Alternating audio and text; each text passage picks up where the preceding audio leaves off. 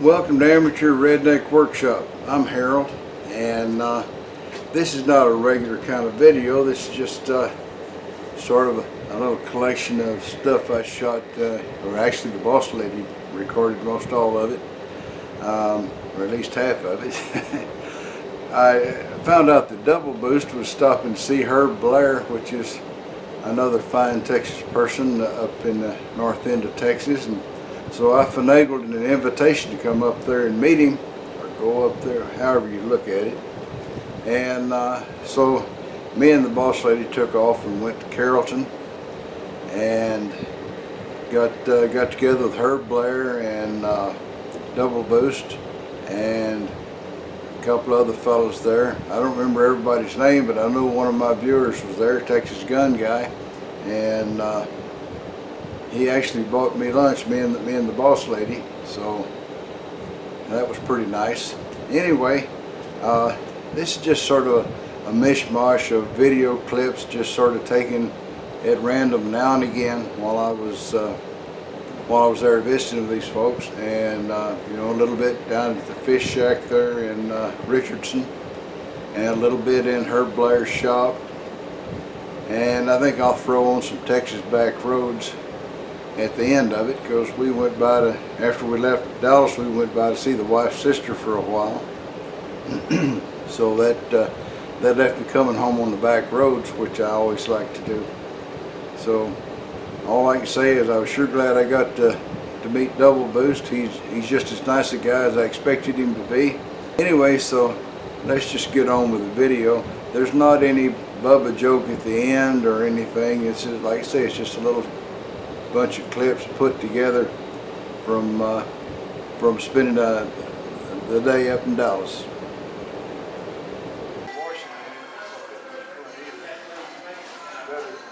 Looks like you're going to get to California and just miss the heat wave they've had. Yeah. Is it going to go away? Yes. Yeah, it looks like you're going to be there for 93, 95 instead of 120. It is right now. 2015, I went out. Yeah. I know. All right, let's go get some beer.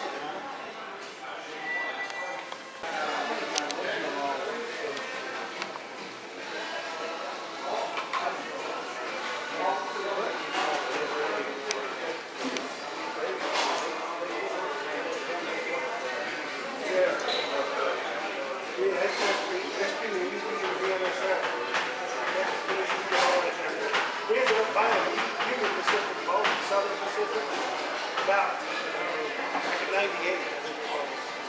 I had originally hired out to Chicago and Northwestern. I was in the Army. I was in Chicago.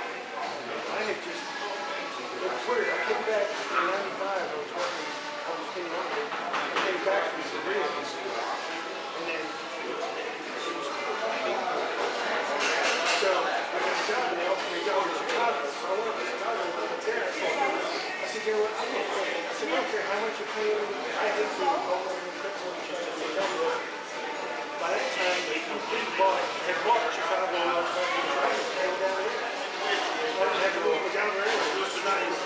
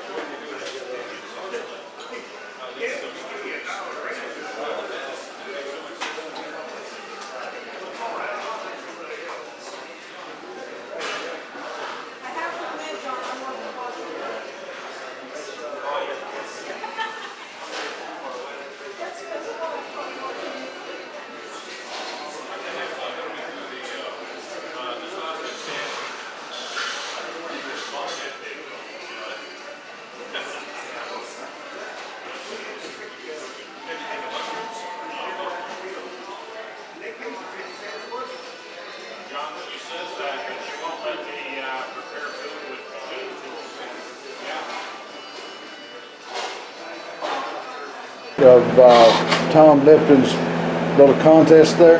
Yeah. Oh, that was something else, that contest. He gave me the layout tools and the little hole puncher, and I got all the holes just right except the last one, and I punched the hole halfway off center of where I punched it, you know, where I put the center punch, and so of course it wouldn't fit. And he said, well, you can punch it again if you think you can get it right, but I never could get it straightened up. That one hole messed me up. We'll start over here. I built this probably 25 years ago. Yeah. Just made out of plywood, but it housed all my woodworking stuff for many years. Yeah. Now it's got the sanding discs and things like that in there. I like this. Yeah, that. I like that. I had a video that I did on that. Seemed like I did the controller on it. It's an Arduino. Yeah, it seemed like I remember that. Actually, it started out as a club thing that they wanted to learn more about Arduino. Yeah. So I elicited ideas, and one guy mentioned the oven controller. He wanted to control his heat treat oven, and I said, Yeah. well, I've got a heat treat oven. I can do that. Yeah. So I did mine, and it works great. I've had it up to 1,500 degrees, and it holds it within 2 to 3 degrees. That's perfect. And My heat treat oven is 6 bricks that I stack up in a propane torch. Yeah, I've got some of those. But it works quite well. I see you got a drill, Doctor. Yeah, I'm using it less and less. Well, I tell We you have a what, surplus store in over close to where we had lunch today yeah, that sells. In fact, we're going to go there when we're finished here. That sells the small size drill bits yeah, up to about a number 1 yeah. for $1 a piece. And so I refill when I wear out a drill. I used to sharpen them. I bought one of those the other day. That's a good compressor, by the way. It's noisy as everything though. It is. It went off at about 2 o'clock this morning, and their bedroom was right there. Yeah. I was afraid it was going to wake them up. But this was a. Did you hear his compressor this morning while you were sleeping? I heard nothing. This is a 1 to 60, and those are all the drills with the yellow on the ends are one I bought recently. Yeah. But Chuck Bomarito sent me a big old box and it had a ton of drill bits in it. And I looked at that and I looked at all the drill bits I already got, and I told my viewers, don't send me any more drill bits because I got enough for the rest of my life, you know? Yeah. There's no use me collecting up junk when, you know, I'm 72 years old. I can't wear out a drill bit. so this is my toolboxes that I built. I built one identical to the top, or not identical, similar to the one at the top, except it's wider and has 3 drawers across the top for my son. Yeah. He's a mechanic, and so I built it for him. And I built the riser on the bottom. I'm going to build a base for it. My saw base there is not ideal, but I've got 2 30-foot sticks of 2 by 4 channel aluminum. I mean, that's 2 aluminum. That's a lot of aluminum. It was for a mast for my antenna. I like that. I hand cut all my ducktails. Yeah. I tried to make some drawers here the other day, and it's a good thing I had a lot more wood than I needed because I made a big pile of scraps before I ever got them made. I prefer wells to jugs on the stove. Yeah. I can't do woodwork for nothing. Of course, probably not really good at anything, but Well, I used to be quite good at it, but I don't have a saw anymore, so. yeah. John, how's the size of your shop compared to this? I've probably got, We got 20 feet by 20 feet. no, that's what I've got. Half? Yeah, less than half. I've got from here to that wall. You got the same size I got then. Yeah, and I've got another concrete shed in the garden, the castle area. Yeah. It gets to the stage where if I use something, I've got to put it away. Yeah, me You know, too. If I get a divine head out, Yeah. I use it, I put it away. Otherwise, I end up with it. Yeah. Same with me. I've run out of room, you know. I've got junk on the floor. I got junk. I'm gonna have to build some drawers up under my workbench to put stuff. That the horizontal mill I bought. Yeah. I bought in my friend's shop. I just haven't got. I had it in there. I had it working, and I was welding on the bench here, and something happened, and I had to move. And I Yeah. had nowhere to go, and it's just got dangerous.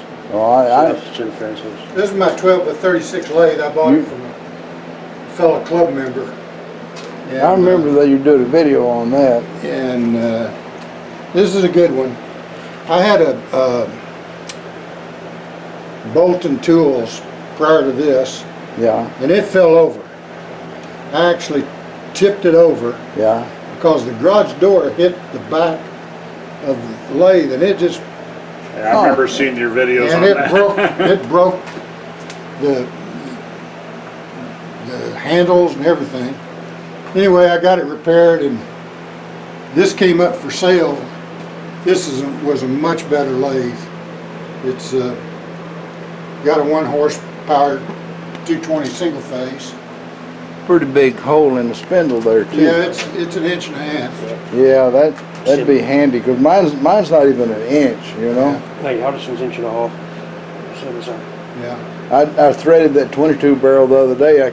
I crammed it in and just as tight as I could get it, and just had enough sticking out the chuck to thread it. I don't know if you heard Martin, who was at lunch with us, he was telling me he has a 27-inch by 36 lathe.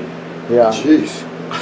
I got this. I made this little that's kind of stubby. screw-in adapter. Yeah, he says it was a military, and it was built into a 18-wheeler trailer. Huh. Yeah, there you go. That ought to be handy. Yeah. It's got a DRO on it. Like John says, the only thing I use it for is to measure the x-axis. Yeah. I don't use it for anything I else. tell you what, if I didn't have a DR on the mill, I wouldn't be able to do worth a darn at anything. I use a deer on the mill all the time. This mill here, it was on eBay. Yeah, Guy was asking $2,700 for it. yeah, It's in Midland, Texas. It's a pump supply manufacturing company. yeah, And it went 2 different times, 2 weeks at a time, on eBay with no bids. They had no feedback.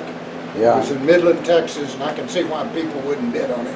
yeah, And so after it cleared eBay, because they don't have to pay the fee after that, yeah, I called him up and I said, is it still available? They actually had 2, one variable speed and this belt drive. yeah, And he said, yeah, they're still here.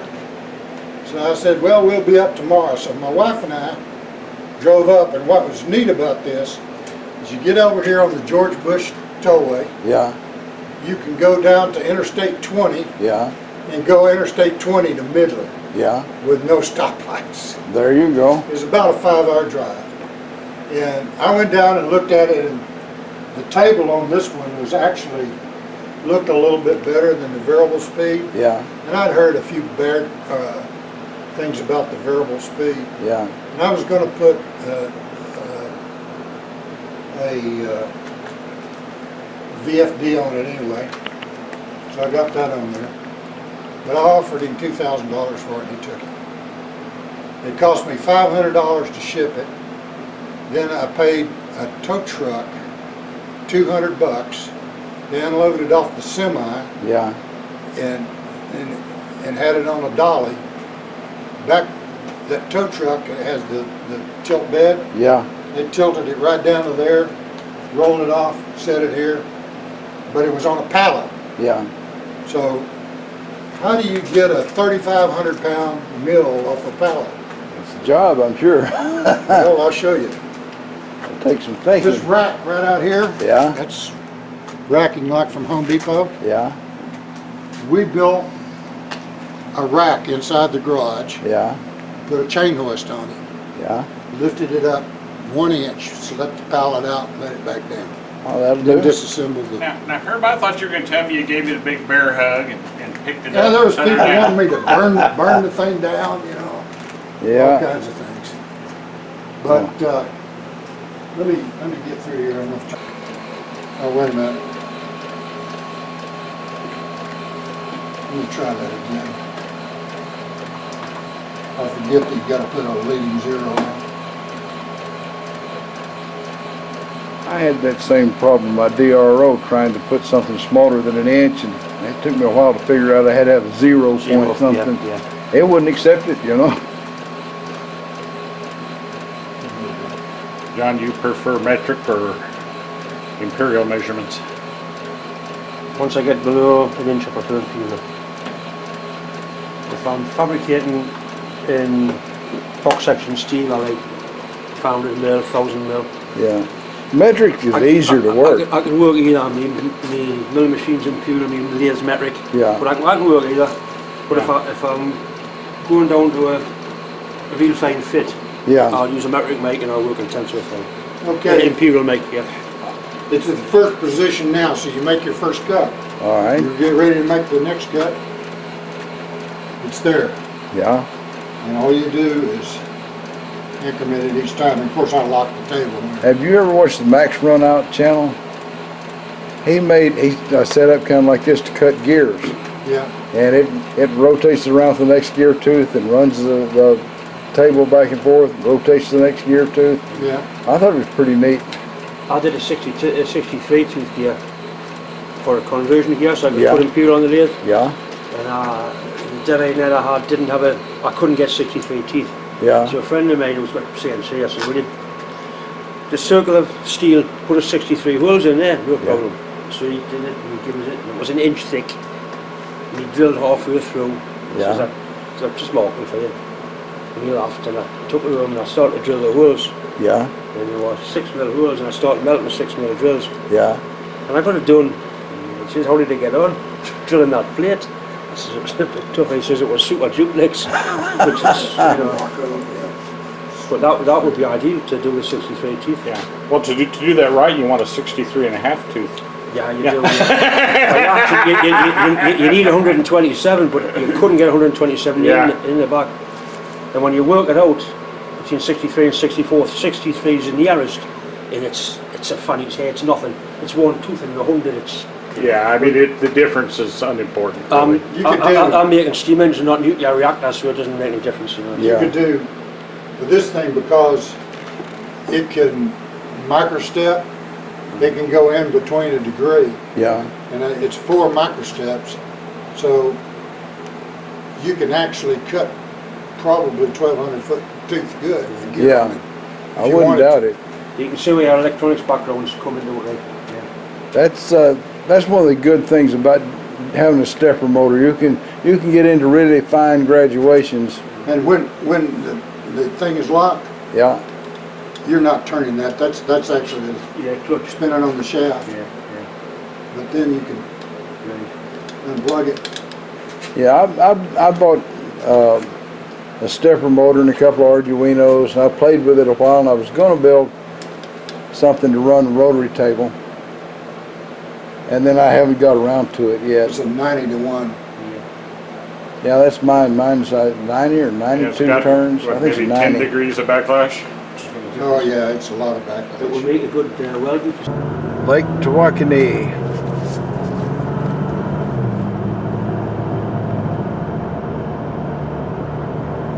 With a new bridge.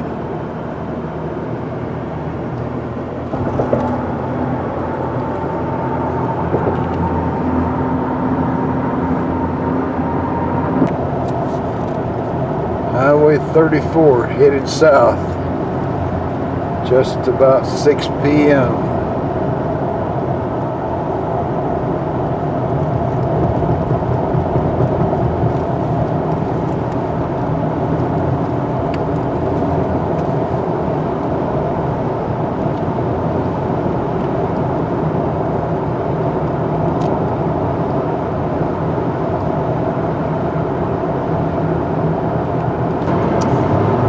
Kaufman to Ennis. Still Highway 34.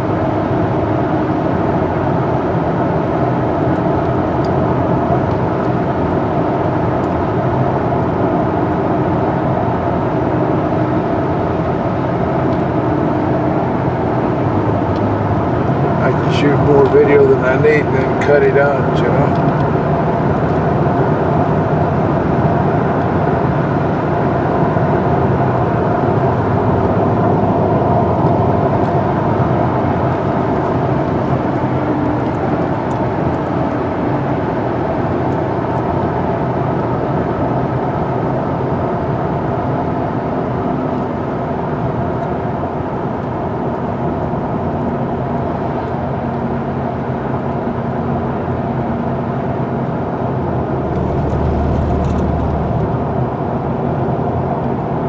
Got a little out of my lane, didn't I?